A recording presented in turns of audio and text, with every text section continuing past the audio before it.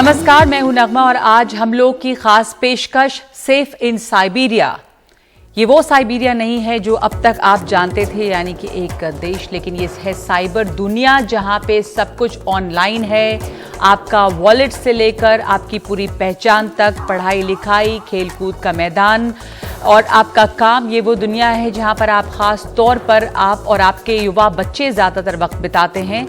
और अगर आप शॉपिंग करें तो वर्चुअल है, ऑनलाइन है, पढ़ें तो ऑनलाइन है, आमने सामने मुलाकातें कम होती हैं, बातचीत कम होती है, ज़्यादातर सभी चीज़ें ऑनलाइन हैं और ऑनलाइन आकर ही दोस्त रिश्तेदार हालचाल लेकर खुश जाते हैं।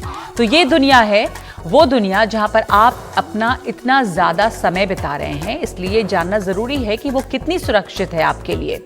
और इसलिए आज ये सवाल या ये बात कि सेफ इन साइबेरिया आपके बच्चों के लिए, आपके लिए ये दुनिया क्योंकि कितनी सुरक्षित है, क्योंकि साइबर दुनिया में बहुत सारे अपराध भी हैं। अब ये अपराध जो हैं वो असली दुनिया से वर्चुअल वर्ल्ड में चले गए हैं, जिनसे आपको, अपने बच्चों को, खुद को बचाना है। और भारत में एक आंकड़े हैं कि महामारी के दौरान, जब कोविड का लॉकडाउन था, उस दौरान साइबर अपराध जो हैं वो 12% बढ़ गए हैं। और साइबर अपराध जो हैं इनके कई प्रकार होते हैं, बहुत किस्म के साइबर अपराध हैं। यही समझना सबसे पहले तो ज़रूरी है किस किस तरह के साइबर अपराध होते हैं। तो हैकिंग है, जिसमें दूसरों के निजी स्पेस में एंट्री और उनकी जानकारियां चुराना। आइडेंटिटी थेफ्ट यानी पहचान की चोरी, दूसरों के नाम चुराकर आर्थिक नुकसान भी पहुंचाना। Cyber stalking, online messages, email के जरिए परेशान करना। चाइल्ड पोर्नोग्राफी, बच्चों को ऑनलाइन डरा धमकाकर पोर्नोग्राफी के लिए मजबूर करना। साइबर बुलिंग, भद्दे कमेंट, अफवाह फैलाना, धमकी देना, अश्लील भाषा, फोटो का गलत इस्तेमाल कर ऑनलाइन शोषण, ये तमाम साइबर अपराध हैं। साइबर वसूली, किसी व्यक्ति या संस्था के सिस्टम से डॉक्यूमेंट्स, फाइल एनक्रिप्ट करके पैसे मांगना। साइबर आतंकवाद, हिंसक कामों के लिए इंटरनेट का इस्तेमाल करना। सरकारी वेबसाइट हैक करना। तो ये तमाम चीजें जो है, ये कुछ हम आपको मिसाल बता रहे हैं कि किस तरह के साइबर अपराध होते हैं। हम आपको बता दें कि नॉर्टन साइबर सुरक्षा रिपोर्ट जो 2021 की है, उसके मुताबिक 2020 और 21 में भारत में साइबर अपराध से 11 करोड़ 90 लाख लोग पीड़ित रहे। और इसी सुरक्षा रिपोर्ट 2021 के मुताबिक 52% भारतीयों को पता नहीं है कि साइबर अपराध से कैसे बचे, इसलिए जरूरी है इस पर बात करना। कई बड़े सवाल हैं इस मुद्दे से जुड़े। बड़ा सवाल यह है कि क्या आपका डेटा आपके मोबाइल कंप्यूटर में सुरक्षित है? सवाल है कि मेटावर्स को लेकर किस तरह के नियम जरूरी हैं? क्या है मेटावर्स? स्कूल कॉलेजों में साइबर ट्रेनिंग की कितनी जरूरत है? क्या साइबर सुरक्षा के लिए नया कानून बनना चाहिए?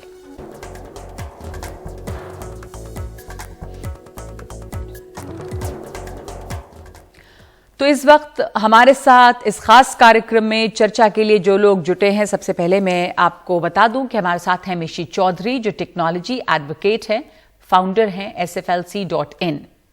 काजिम रिजवी हैं, जो फाउंडर हैं the Dialogue. Rakshit Tandon, head training Cyber Peace Foundation, cyber security expert. Amit Dubey हैं, क्राइम इन्वेस्टिगेटर, साइबर फोरेंसिक और एथिकल हैकिंग। और हमारे साथ जितिन जैन भी जुड़ेंगे।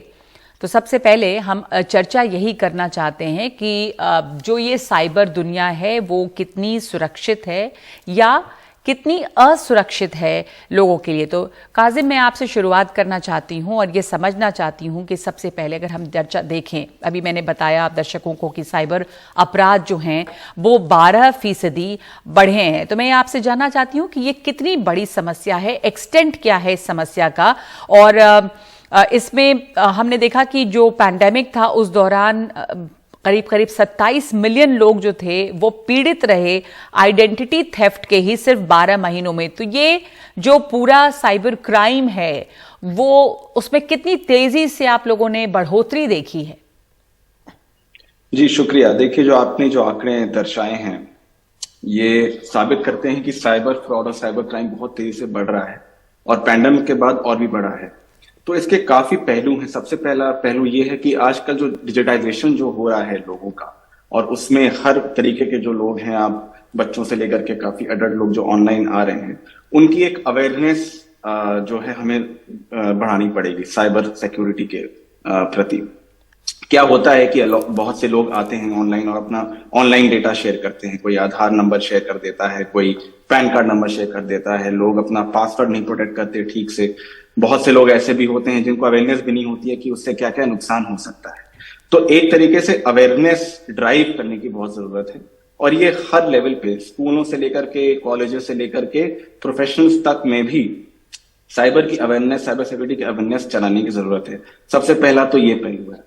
दूसरा, अगर आप देखें तो जैसे पुलिस है, अब जो हमारी जो पुलिस है वो काफी इसमें काम करती है, हमारे साइबर सेल हैं पुलिस के, मगर इसके दो पहलू हैं। एक की कैपेसिटी बिल्ड करने की जरूरत है पुलिस में, और ज्यादा मैन पावर लाने की जरूरत है जो कि स्पेशलाइज्ड इश्यूज, जो साइबर सिक्योरिटी के जो इश्यूज हैं उनसे डील कर सकें। काफी बारी हमने ये देखा है कि कंप्लेंट होती है, उसमें कंप्लेंट होते होते, एक्शन लेते लेते काफी टाइम बीत जाता है। MHA का एक पोर्टल है, टोल फ्री नंबर है, ये सारे चीजें जो हैं ये हो चुकी हैं, मगर इसके बावजूद क्योंकि वॉल्यूम इतना ज्यादा है क्राइम का, एक कैपेसिटी बिल्ड करने की बहुत जरूरत है और उसमें ट्रेनिंग वगैरह लाने की जरूरत है। तीसरा, अगर हम पहलू देखें जी नहीं, मैं ये कह रही थी काजिम कि हम इस पर आएंगे, अलग अलग हिस्सों में चर्चा करेंगे कि हमको क्या क्या करने की जरूरत है। पहले हम समझना चाह रहे हैं कि प्रॉब्लम है कितनी बड़ी, क्योंकि ये भी दर्शाता है जो आंकड़ा है कि भारत में ज्यादातर लोग ये जानते ही नहीं हैं कि उनको किस तरह सुरक्षित रहना है, या दरअसल किस तरह का रूप ले सकता है ये जो साइबर क्राइम है। तो पहले ये हम बताना चाहेंगे। मिशी, अब मैं चाहती हूं कि आप बताएं हमारे दर्शकों को और तमाम लोग जो हमें आज सुन रहे हैं, देख रहे हैं, इस शो के साथ जुड़े हैं, कि किस किस तरह का खतरा आपको होता है, क्योंकि आप हर दिन हर वक्त ऑनलाइन होते हैं। जब चाहे आप शॉपिंग कर रहे हैं, आपका लोकेशन, आपका कैमरा एक्सेस, कॉन्टैक्ट एक्सेस मांगा जाता है, चाहे आप कुछ ऑर्डर करें, शॉपिंग करें, गेम खेलें, तो ये समझना जरूरी है कि किस समय आपको खतरा है, क्या आपको नहीं करना चाहिए जब आप ऑनलाइन हैं। तो जी शुक्रिया। आजकल आप ये देख रहे हैं, चाहे सरकार है या प्राइवेट कंपनीज जो प्रोडक्ट्स हमें देती हैं, वो सारी चीज़ें अब ऑनलाइन हो रही हैं। हम अपनी बैंकिंग ऑनलाइन करते हैं। जब हम अपनी बैंकिंग ऑनलाइन करते हैं, हम कुछ खरीदारी करते हैं, तो हम अपना फाइनेंशियल डेटा शेयर करते हैं। अब वैसे तो चाहे वो बैंक्स हों या प्राइवेट कंपनीज हों, वो सब हमारे फाइनेंशियल इंफॉर्मेशन को सुरक्षित रखने के लिए कई कदम उठाती हैं जी, लेकिन वो इनफ नहीं है इस समय भी। हमारे यहाँ पे डेटा ब्रीचेस का कोई कानून नहीं है। तो एक तरीका तो ये हो गया कि जब आप कोई भी खरीदारी कर रहे हैं, आप अपने क्रेडिट कार्ड इंफॉर्मेशन स्टोर कर लेते हैं अपने कंप्यूटर पर या अपने फोन पर। उसका ब्रीच होना और उसका लीक होना और उसके बाद उसका मिसयूज होना एक चीज है। दूसरी चीज है, हम आजकल हमारे फोन हैं जो, वो हमारे कैमरा हो गए हैं, और उसके अंदर हम कई तरीके की तस्वीरें लेते हैं जो हम अपने परिवार के साथ, अपने दोस्तों के साथ शेयर करते हैं, और कुछ इंटीमेट रिलेशनशिप्स भी होते हैं जिसके अंदर लोग कई तरीके की तस्वीरें शेयर करते हैं। अब वो तस्वीरें जब हम लोकेशन ऑन करते हैं तो वो जियो टैग हो जाती हैं।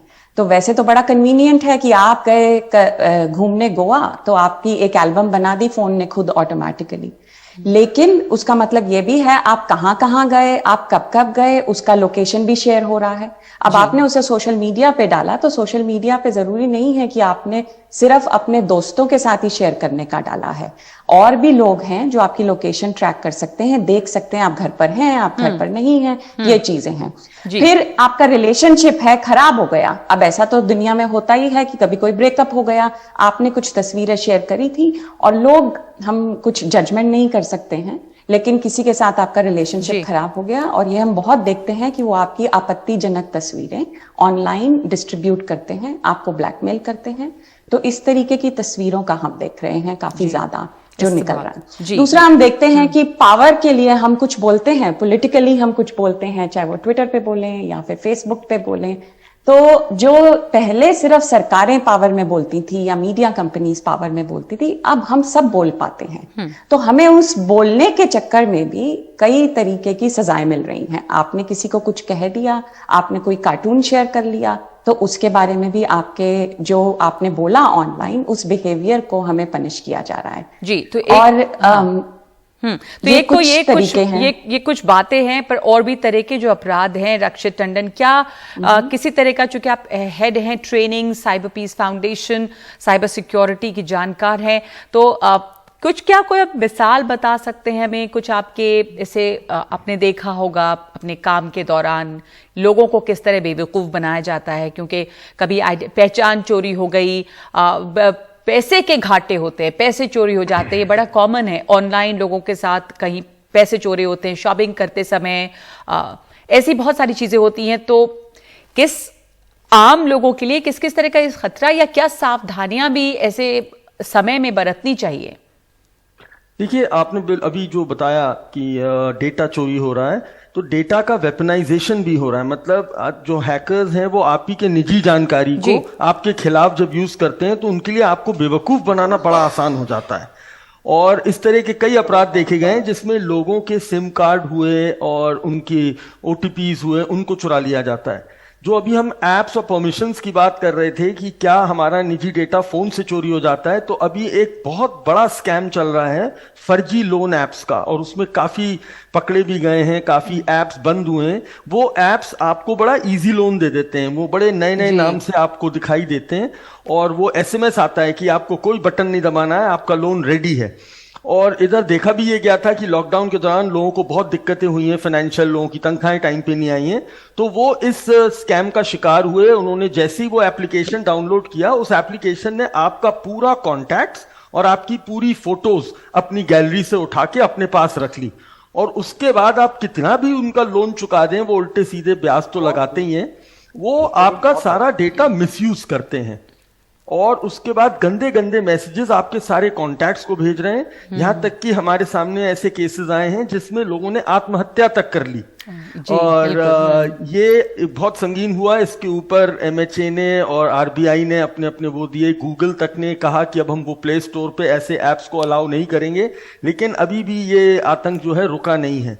तो एक जानकारी सबसे बड़ी ये है कि आप अपने फोन में जब कोई एप्लीकेशन डाउनलोड करते हैं तो उसे क्या परमिशंस दे रहे हैं, क्यों दे रहे हैं, ये समझना बहुत जरूरी है। जी हाँ। और वही एक बहुत बड़ा कारण बन जाता है आपके डेटा चोरी होने का। हाँ, अब अमित दुबे भी हमारे साथ हैं, आप क्राइम इन्वेस्टिगेटर हैं। आपसे मैं ये समझना चाहूंगी कि जब हम फोन का इस्तेमाल कर रहे हैं या जब हम ऑनलाइन हैं, तो कई बार ऐसा भी लगता है अमित कि आप कह कुछ रहे, आपने किसी और से कुछ बात की किसी प्रोडक्ट के बारे में। हम सब लोगों के साथ ये वाला तजुर्बा हमने एक्सपीरियंस किया है, ये कि आपने अगर किसी चीज़ का नाम ले लिया किसी प्रोडक्ट का, आपका फ़ोन आपको उस चीज़ के बारे में सजेस्ट भी करने लग जाता है अगले दिन, या कुछ ऐड आने लग जाते हैं या इस तरह की चीज़ें। तो ये एक बहुत अजीब बात है कि हर समय आपका फ़ोन जो है वो आपको देख या सुन रहा है। अगर आपके फ़ोन आपके आसपास है तो इसके लिए भी किस तरह की सावधानी बरतनी चाहिए? या जब आप कोई शॉपिंग करते हैं या आप कुछ भी इस्तेमाल कर रहे हैं ऐप, तो कई बार इवन कुछ ऑर्डर कर रहे हों तो वो आता है, एक तो कुछ कुकीज एक्सेप्ट करने की बात होती है कि वो, तो क्या सावधानी बरतनी चाहिए? आप एक्सेप्ट करें ना करें, कई बार आप नहीं करते हैं अगर, तो फिर आप उस आगे नहीं बढ़ सकते उस काम में जो आप करना चाह रहे हैं। मेघवान जी, बिल्कुल सही कहा आपने, और ये बड़ा कई बार फोर्स्ड भी होता है। कई बार आप वेबसाइट जब ऑन कर रहे हो और उसमें ये ऑप्शन देते हैं कि आप एक्सेप्ट कीजिए, वरना आपको वो वेबसाइट एक्सेस ही नहीं करनी दी जाएगी, और आप मजबूर होकर करते हैं। यदि आप करें, टेम्परेरी करें, उसके बाद अपनी कुकीज डिलीट कर दें, उसमें ऑप्शन होता है, या आप इनकॉग्निटो मोड में भी कई बार लॉग इन करें और उसके बाद वेबसाइट एक्सेस करें, ताकि आपका डेटा जो आप सर्च कर रहे हैं वो किसी के पास ना जाए। वरना आप गूगल पे जो भी सर्च कर रहे हैं वो लोगों के पास जाता है। जैसा कि आपने कहा कि आप बातें भी कर रहे हो वो भी सुन ली जाती हैं, और उसके बिना पर भी एडवर्टीजमेंट आने लगते हैं या चीजें ऑफर होने लगती हैं। बिल्कुल सही बात है, ये गूगल और फेसबुक ने एक्सेप्ट किया है कि हम सुनते हैं और उसको फिल्टर करते हैं, उसको मार्केटिंग पॉइंट ऑफ व्यू से प्रोफाइलिंग करके यूज करते हैं। पर जो उससे भी बड़ी खतरनाक बात है, जो मैं आपसे कुछ डेटा पॉइंट शेयर करूंगा, जो आपने काजिम से बात शुरू की थी, कि इंडिया जो चाइल्ड पोर्नोग्राफिक कंटेंट है वर्ल्ड वाइड जो अपलोड होता है, इंटरनेट वॉच फाउंडेशन की रिपोर्ट है कि इंडिया से सबसे ज्यादा अपलोड होता है। 12% डेटा जो चाइल्ड पोर्नोग्राफिक है वो इंडिया से अपलोड होता है। 20 लाख लोग ऐसे हैं जो इस तरह का डेटा बना के अपलोड कर रहे हैं, विच इज वेरी सीरियस। कि इंडिया नंबर 1 है और हमारे थानों में केसेस नहीं होते इस तरह के, या लोग उस तरह के नहीं पहुंच पा रहे हैं। जाहिर सी बात है, कोई ना कोई तो विक्टिम है। दूसरा जो नंबर है वो पाकिस्तान का है, 5% डेटा वहां से आ रहा है। चौथा नंबर बांग्लादेश का, 25% डेटा जो चाइल्ड पोर्नोग्राफिक है वो इस ज्योग्राफिक लोकेशन से जा रहा है, और इस तरह के केसेस पुलिस के पास नहीं है। तो कहीं ना कहीं ऐसे विक्टिम हैं जो शायद अंडर प्रिविलेज्ड हैं, जो शायद इनकी रीच नहीं है या उनकी अवेयरनेस नहीं है कि इस तरह के केसेस कैसे रिपोर्ट करें। ये बहुत सेंसिटिव है। जो मैं आपको डेटा दिखा रहा हूं, हर चौथा बच्चा जो टीनेज है वो चाइल्ड बुलिंग का शिकार, साइबर बुलिंग का शिकार है। ये भी डेटा है यूनिसेफ का। तो हमें इन डेटा पर ध्यान देना होगा कि ये कितनी सीवियर प्रॉब्लम है जो काजिम ने पहले बताई। और मेरे ख्याल से जो अभी रक्षित जी बता रहे थे कि जो जिस तरीके से लोग अप्रोच करते हैं ट्रस्ट बना के, आप ही के डेटा को आप ही के अगेंस्ट यूज करते हैं। वो आपको एक लिंक भेजेंगे, जो बच्चे गेम्स यूज कर रहे हैं आजकल, चाहे रोब्लॉक्स हो, चाहे फ्री फायर हो, चाहे हीरो वॉर्स हो, उसमें मल्टीप्लेयर गेम्स होते हैं, उसमें चैट फैसिलिटीज होती है। बच्चों को लगता है कि जो वो गेम खेल रहा है उन्हीं की एज ग्रुप का है, पर वो क्रिमिनल भी होते हैं। वो क्रिमिनल से कम्युनिकेशन स्टार्ट करते हैं, उनको लिंक भेजते हैं, उनकी डिटेल निकालते हैं और उसके बाद उनको एक्सप्लॉइट करते हैं। साइबर ग्रूमिंग होती है। तो मेरे ख्याल से कई एंगल हैं। जो आपका डेटा है सिर्फ ऐप ले रही है वो वाला भी नहीं है, कई जगह स्ट्रेटेजिकली भी आपको टारगेट करके बच्चों को एक्सप्लॉइट किया जा रहा है, ग्रूम किया जा रहा है, और फिर बच्चे सुसाइड भी करते हैं। रक्षित जी ने कई सारे ऐसे केसेस मैंने और डिस्कस भी किए जहां पर बहुत तेज, मतलब इतना प्रेवलेंट हो गया है कि हर दिन मेरे पास 5-6 ऐसे केसेस आ रहे हैं जो बच्चों से रिलेटेड अपराध के हैं, और ये बड़ा गंभीर मामला है। तो ये बहुत गंभीर है। हमारी आबादी में इतनी बड़ी तादाद में जब युवा आबादी है वहां पर, और यही वो वर्ग है जो सबसे ज्यादा समय ऑनलाइन भी बिता रहा है, और साइबर स्पेस में ये सबसे ज्यादा रह रहे हैं। जितिन जैन, तो ये एक बहुत बड़ी चिंता है। तो कितनी अवेयरनेस है पेरेंट्स में, टीचर्स में? हम जानते हैं कि कुछ स्कूल्स हैं जहां पर ये सब अभी शुरू हुआ है, साइबर सिक्योरिटी के बारे में बात करना, पर जागरूकता कितनी है कि यहाँ पे ऑनलाइन हिंसा भी हो रही है? अगर आपका बच्चा लगता है हार्मलेस है, ये गेम खेल रहे हैं फोन पे या कुछ और कंप्यूटर पे कुछ खेल रहे हैं, पर इस दौरान साइबर बुलिंग है, पहचान की चोरी, आइडेंटिटी थेफ्ट होती है, इसका खतरा कितना बड़ा है? कितनी जागरूकता है, अवेयरनेस कितनी है लोगों को अपने अधिकारों के बारे में? देखिए नगमा, एक सत्य हमें मानना होगा कि खाली बच्चे नहीं, भारत में एक बहुत बड़ी आबादी पिछले 3 या 4 साल में ऐसी रही है जिसने इंटरनेट पे पहली बार अपने आप की आइडेंटिटी स्थापित करी है। पहली बार वो आए।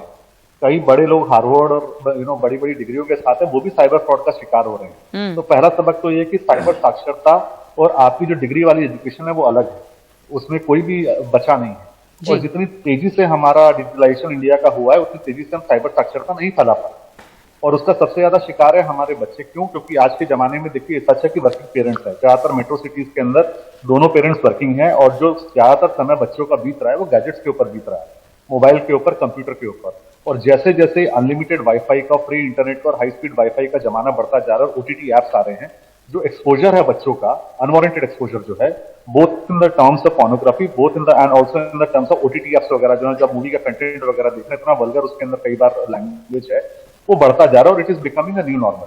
अब और दूसरा, उसके बाद जो एक नया जो एक वर्ग आया है जिसमें बच्चों को लगता है कि जो मेरे 1000 दोस्त फेसबुक पे हैं यही मेरे सच्चे दोस्त हैं, और जब उन्हें कोई समस्या आती है कि रियल जिंदगी के अंदर 2 दोस्त भी नहीं है, और वो बच्चे डिप्रेशन के ऊपर जा रहे हैं। और हर बात पे एक छोटे बच्चे को आजकल कंपैरिजन लगने लगा है कि उसके पिताजी अगर किसी को सिंगापुर लेके गए तो जो थोड़ा सा कम उसका बच्चा है उसको लग रहा है हम क्यों नहीं कहीं घूम के आ रहे।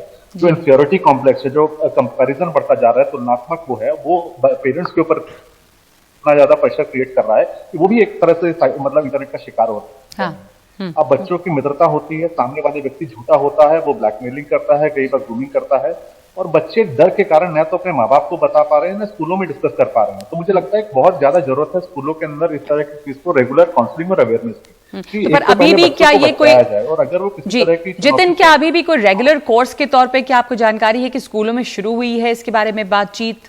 साइबर सिक्योरिटी जो है वो भी एक सब्जेक्ट के तौर पे क्या इसको बताया जा रहा है युवाओं को?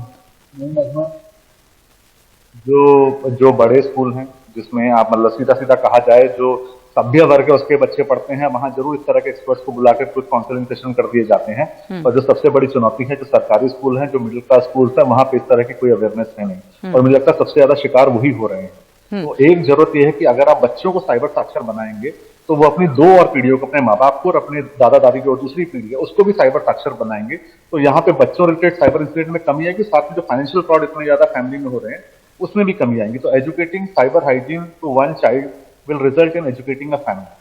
बिल्कुल, साइबर साक्षरता जो है वो बहुत जरूरी है। इसके पहले कि मैं ब्रेक लूं, काजिम, एक सवाल मैं आपसे पूछना और चाहती हूं कि हमें अपने डेटा को लेकर किस तरह का अधिकार है ये तो जानना जरूरी ही है, पर एक हम जो कहें सिंपल लैंग्वेज में, एक आम भाषा में, और कुछ बहुत लंबे चौड़े कानूनी या टेक्निकल शब्दों में नहीं, जो भी इस्तेमाल कर रहा है डेटा ऑनलाइन हो रहा है, उसको क्या जानना जरूरी है, उसके बारे में क्या चीजें जमा की जा रही हैं और उसको किस तरह का प्रिकॉशन रखना चाहिए ऑनलाइन रहने के समय?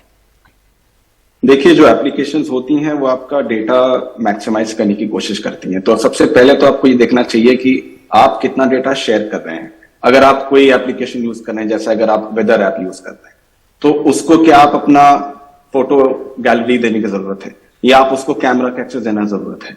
तो वो नहीं है।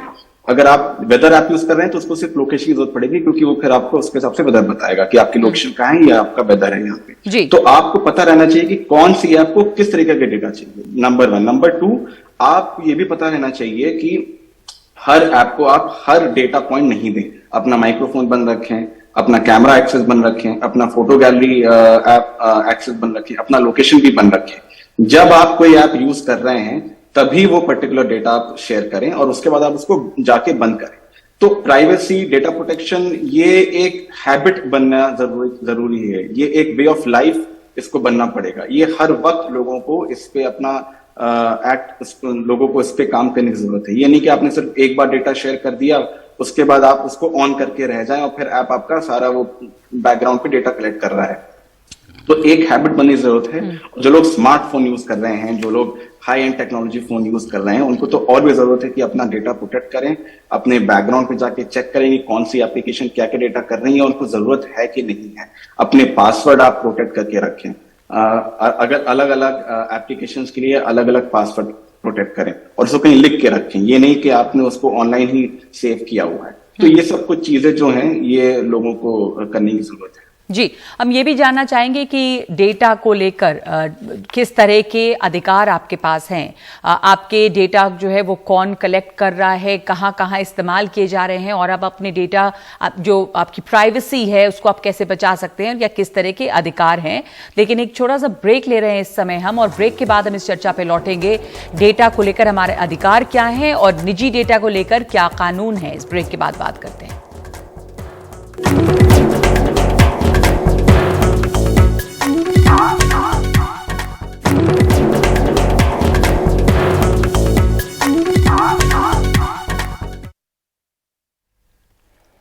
हम लोग में आज चर्चा हो रही है साइबर स्पेस की। आप कितने यहाँ सुरक्षित हैं जब आप ऑनलाइन हैं? तो हम इसलिए आपसे हमने इस कार्यक्रम का नाम दिया है सेफ इन साइबेरिया, यानी जब आप साइबर दुनिया में हैं तो आप कितने सुरक्षित हैं और कैसे और सुरक्षित अपने को बना सकते हैं।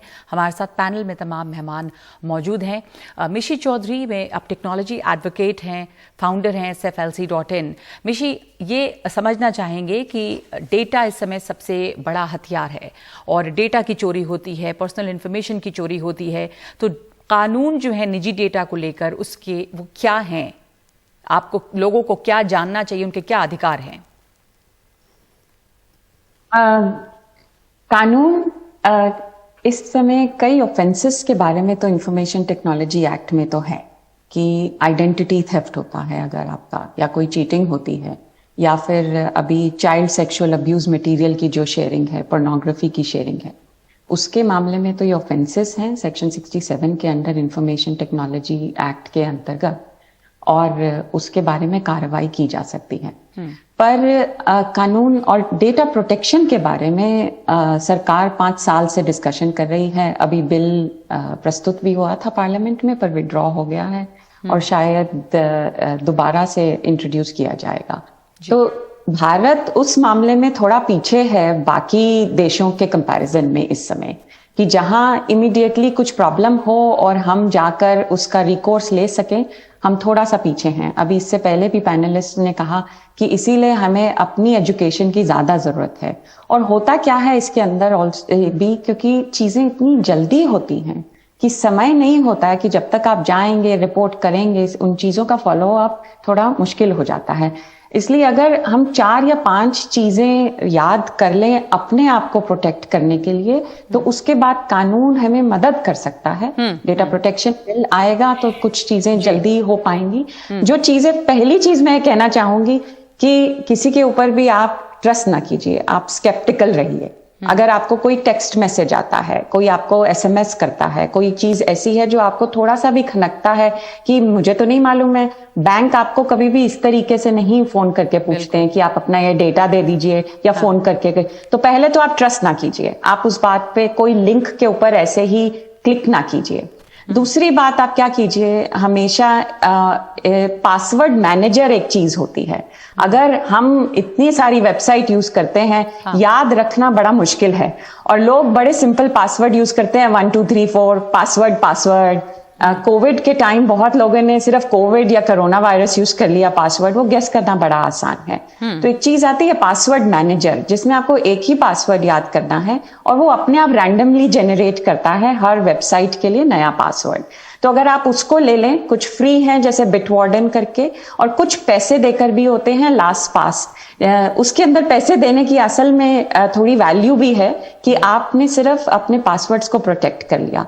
इससे पहले किसी ने कहा लिख कर रख लें, लेकिन अगर आप लिख कर भी रखते हैं तो उसे कहीं सेफ जगह रखिए और वो मुश्किल पासवर्ड होना चाहिए, आसानी से गेस करने वाला नहीं होना चाहिए। फिर मल्टी फैक्टर ऑथराइजेशन है, मल्टी फैक्टर ऑथेंटिकेशन है, जिसमें क्या होता है कि अगर आप सपोजिटली आपका जीमेल का अकाउंट है या आप किसी ऐप का अकाउंट है, तो आप उसमें क्या करते हैं कि आप जब लॉगिन कर रहे हैं तो वो आपको एक फोन नंबर पे आपका या तो ओटीपी भेज देगा, तो जिससे आपके पास 2 तरीके की सिक्योरिटी लेयर्स आ जाती हैं। जब आप ये सारी चीजें कर लेते हैं, और थोड़ा सा हमें शौक तो बहुत है शेयर करने का, सब चीजें, सब कुछ ऑनलाइन, पर ये भी ध्यान रखना चाहिए कि हर चीज जो हम पोस्ट करते हैं उसका कोई ना कोई खतरा है, वो कभी ना कभी लीक तो हो ही जाएगी कहीं ना कहीं। ये बात नहीं है कि कभी होगी या नहीं होगी, कब होगी। तो ये बात हम थोड़ी सी अपने लिए ध्यान रखें। जब तक कानून बनते हैं, जब तक कंपनीज को फोर्स किया जाता है कि वो हम लोगों को नेचुरली प्रोटेक्ट करें, जिसमें हम ये सारी एक्टिविटीज कर सके बिना इस डर के, लेकिन इस समय हमारा कानून इतना रोबस्ट नहीं है और हमारे पास कैपेसिटी नहीं है। हमारा कानून इतना अभी तक रोबस्ट नहीं है, पर अलग अलग जो क्राइम है उनके लिए अलग अलग लोगों के पास उपाय हैं। तो अमित, आप हमें बता सकेंगे, आप क्राइम इन्वेस्टिगेटर हैं, आप साइबर फोरेंसिक और एथिकल हैकिंग को देख रहे हैं कि लोग जैसे किसी के अचानक पैसे चोरी हुए, किसी के साथ आइडेंटिटी थेफ्ट हुई, इस तरह से लोगों को अगर बेवकूफ़ बनाया जा रहा है और वो साइबर या साइबर बुलिंग के शिकार हैं, तो फौरन क्या रिकोर्स, क्या लोगों के पास तरीका होता है, क्या कहाँ जाएं अगर ऐसा हो जाता है, तो क्या कहाँ जा सकते हैं आप, कहाँ शिकायत कर सकते हैं? देखिए नगमा, पहली चीज तो हमें जानना जरूरी है कि जब भी कोई फाइनेंशियल फ्रॉड हो, उसमें सामने वाले के पास कोई ना कोई डेटा हमारा ऑलरेडी होता है। या तो उसके पास हमारे बैंक का पासवर्ड होता है, ओटीपी चाहिए होता है, या उसको बाकी डिटेल होते हैं। वो डेटा कहीं ना कहीं से तो चोरी हुआ, बैंक से चोरी हुआ, जिसके पास आपने ट्रस्ट किया कि उनके पास सेफ है। तो ये डेटा सिर्फ आपकी गलती से चोरी नहीं होगा, डेटा और भी कई तरीके हैं जिस वजह से लीक होगा और जगह जगह अवेलेबल होगा, डार्क वेब में भी अवेलेबल होगा। कई सारी वेबसाइट हैं जहां पर आप ये चेक भी कर सकते हैं कि आपका पासवर्ड कितनी बार हैक हुआ, कहाँ कहाँ गया।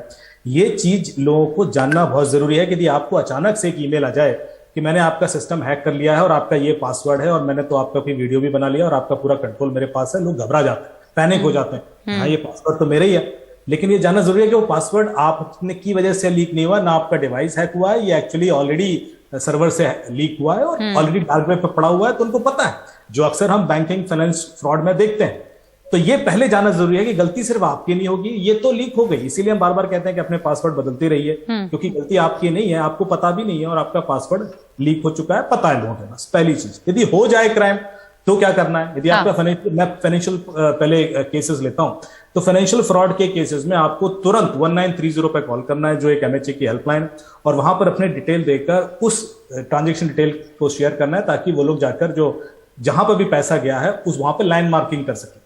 लाइन मार्किंग होता है कि कोई उस अकाउंट से पैसा विड्रॉ नहीं कर सकता, ट्रांसफर नहीं कर सकता, वो पैसा वहां फ्रीज हो जाए। यदि वो पैसा जल्दी से जल्दी फ्रीज हो जाता है तो फिर आपके पैसा वापस आने के चांसेस भी बढ़ जाते हैं, क्योंकि आपका पैसा उस अकाउंट में लॉक्ड है। दूसरा, आप cybercrime.gov.in पर भी कंप्लेंट डाल दें, और तीसरा, बैंक को तुरंत कंप्लेन करें कि आपका पैसा निकल गया है और ये इस तरीके से। तो यदि आप ये 3 एक्शन ले लेंगे और आपका पैसा वहां पे लॉक इन हो जाता है, तो अपने आप थोड़े दिनों में पैसा आ जाता है। ये तो एक जेनरिक सी बात है। लेकिन यदि कोई सोशल मीडिया क्राइम हो रहा है, या आपका किसी ने क्लोन कर लिया, आपका प्रोफाइल क्लोन कर लिया, व्हाट्सएप तक हैक होते हैं लोगों के, अलग अलग तरीके केसेस में एक्शन जो है, कंप्लेन तो करिए तुरंत, पर आपको प्रोटेक्शन के लिए, जैसे कि व्हाट्सएप हैक ना हो, टू फैक्टर ऑथेंटिकेशन कीजिए। लोग व्हाट्सएप पर टू फैक्टर ऑथेंटिकेशन नहीं करते। भाई ओटीपी यदि चला भी गया तब भी आपका व्हाट्सएप हैक नहीं होगा यदि आपने उस पर एक और लेयर डाल दी है, जो कि है टू फैक्टर ऑथेंटिकेशन। आप सेटिंग्स में जाइए, वहां पर अब आप एक और पासवर्ड ऐड कर सकते हैं। तो ये छोटी छोटी चीजें जो हर तरह के क्राइम के लिए प्रोटेक्शन का जो मैकेनिज्म है अलग है। सोशल मीडिया है तो सोशल मीडिया पे अपनी जो विजिबिलिटी है फ्रेंड लिस्ट की वो प्राइवेट कर लीजिए। वो आपके कौन कौन दोस्त हैं ये पूरी दुनिया को बताने की जरूरत नहीं है। आप अपने आप को बताइए, क्योंकि कोई आपका अकाउंट इसलिए क्लोन करता है क्योंकि उसको आपके दोस्तों को फ्रेंड रिक्वेस्ट भेजनी है, उनसे पैसे मांगने।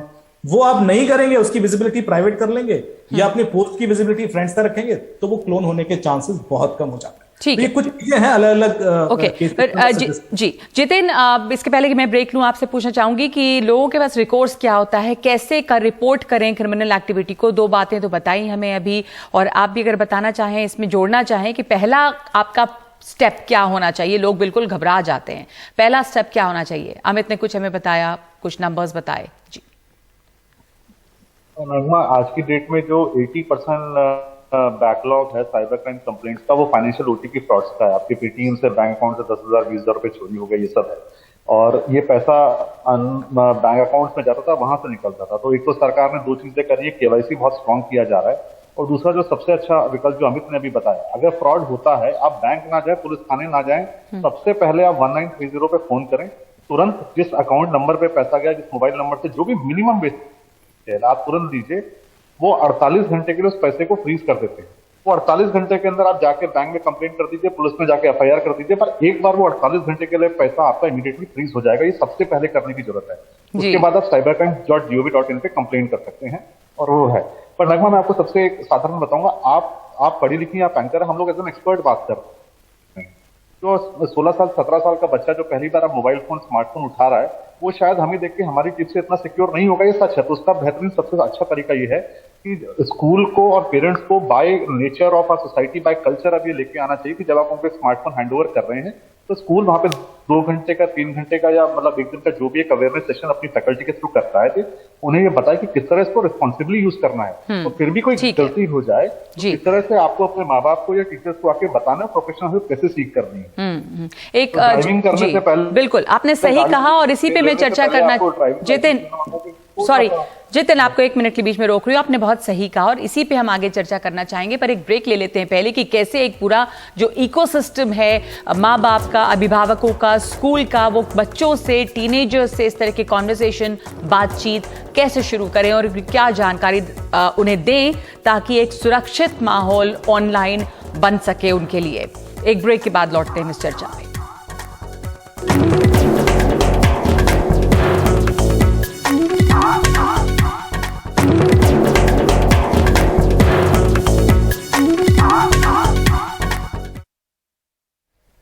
तो सेफ इन साइबेरिया के हिस्से में हम बात करना चाहेंगे कि किस तरह से माता पिता हैं, शिक्षक हैं, अभिभावक हैं और तमाम लोग खास करके नौजवानों के लिए, बच्चों के लिए, टीनेजर्स के लिए इस साइबर स्पेस को और सुरक्षित बना सकते हैं। इनसे बातचीत कैसे शुरू की जाए, इस बारे में काजिम रिजवी सबसे ज़्यादा ज़रूरी है। ओपन कॉन्वर्सेशंस की जो घरों में हो, स्कूल्स में हो, साइबर क्राइम के बारे में हो, जो तमाम किस तरह फेक न्यूज़ को आप आइडेंटिफाई करें, आप ट्रोल्स को कैसे जवाब दें, आप कितना ज़रूरी मानते हैं और क्या इस पे हो रहा है अभी, और ये पूरा इकोसिस्टम कितना ज़रूरी है डेवलप करना?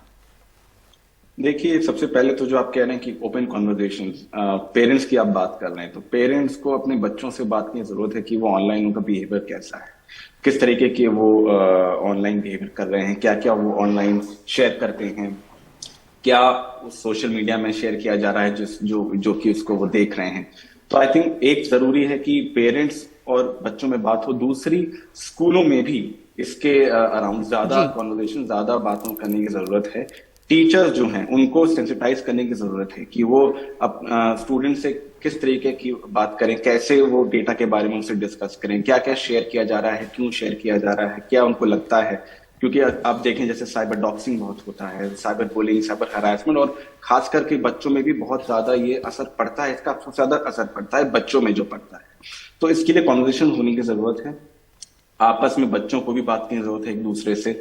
अडल्ट जो हैं वो जूनियर्स को समझाएं, जैसे सेंसिटाइज में ज्यादा जरूरत है बच्चों को भी।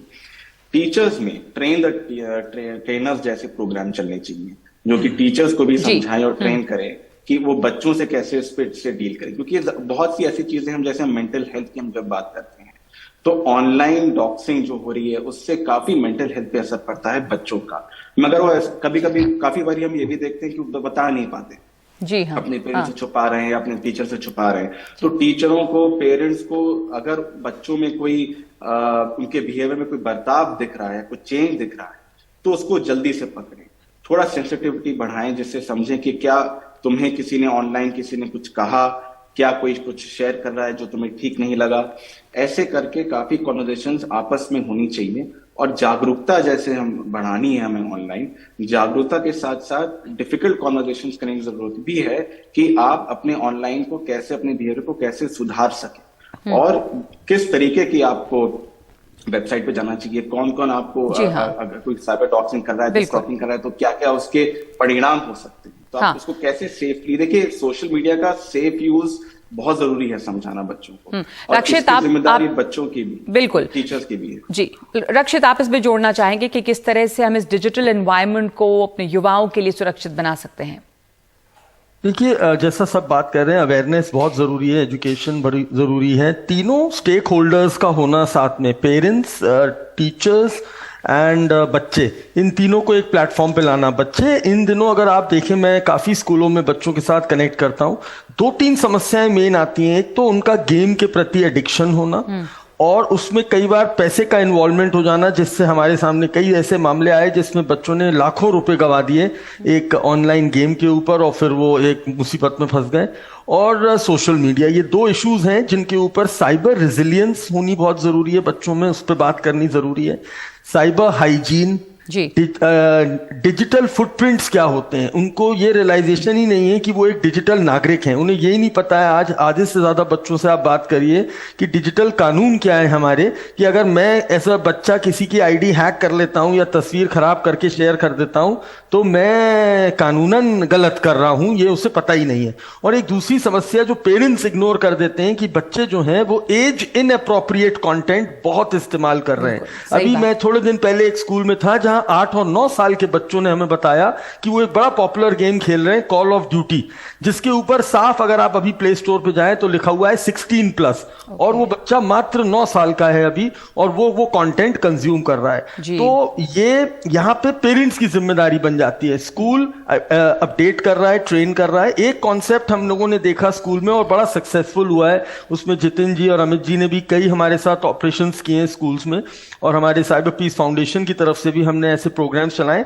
हमने एक कॉन्सेप्ट बनाया है कि हम बच्चों को आगे लाएं, साइबर काउंसिल्स क्रिएट करें, साइबर एम्बेसडर्स बनाएं स्कूल के अंदर। और क्योंकि बच्चे पीयर टू पीयर बहुत जल्दी समझते हैं। और आप देखिए आज इतने बड़े बड़े हम डिस्कशन साइबर सुरक्षा पे करते हैं, लेकिन आज जरूरत है कि इन बच्चों से सुने कि उनके साथ क्या होता है, वो क्या चाहते हैं, उनके डायलॉग्स, उनके साथ जब आप डायलॉगिंग करेंगे तो वो खुद इस बात को पहचाने कि सही कहां है और गलत कहां है। क्योंकि हैरानी तब होती है जब एक बहुत छोटा सा बच्चा इंस्टाग्राम पे आके कहता है कि साहब मैं रिलेशनशिप में था और मैंने गलत फोटो शेयर कर दी।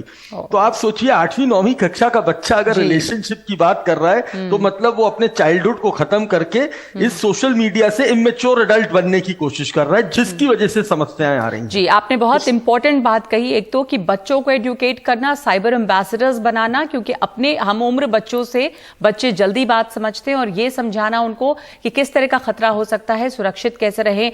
दूसरी बहुत महत्वपूर्ण बात माता पिता के लिए, अभिभावकों के लिए, कि एज अप्रोप्रिएट कंटेंट, इसको आप जितना दोहराएं उतना कम है कि आपका बच्चा किस उम्र का है और किस तरह के कंटेंट को वो देख रहा है या कंज्यूम कर रहा है, इसका ध्यान आपको रखना पड़ेगा। बहुत बहुत शुक्रिया आप तमाम लोगों का हमारे साथ शामिल होने के लिए सेफ इन साइबेरिया में। हम उम्मीद करते हैं कि आप लोगों को इससे कुछ जानकारियां मिली होंगी नहीं, और आप और ज्यादा सुरक्षित रहेंगे साइबर स्पेस में। एक ब्रेक ले रहे हैं इस वक्त हम।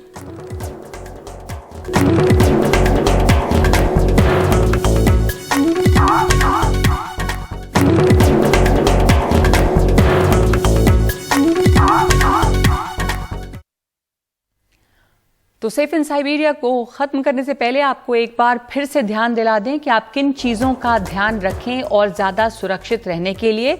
तो सबसे पहले तो वाईफाई के पासवर्ड आसान नहीं रखिए, पब्लिक वाईफाई इस्तेमाल करने से बचें तो आप ज़्यादा सुरक्षित रह सकते हैं, ताकि आपका डेटा जो है वो ज़्यादा साझा और बड़े स्केल पे ना हो सके। फ़ोन पर कभी भी OTP नहीं बताइए। ऐप्स में जितने भी आप ऐप इस्तेमाल करते हैं उसमें अपनी लोकेशन, अपनी जगह बताने से बचिए। निजी जानकारी देने से बचें। अजनबी लोगों से ऑनलाइन बातचीत करते वक्त सावधान रहें और भरोसेमंद साइट्स से ही शॉपिंग करें। तो ये कुछ बुनियादी चीज़ें हैं जिन्हें आप कर सकते हैं और ज़्यादा सुरक्षित रहने के लिए। सबसे ज़रूरी ये है कि अपना डेटा कम से कम साझा करें, अपनी लोकेशन कम से कम साझा करें। तो आज के लिए इतना ही। धन्यवाद।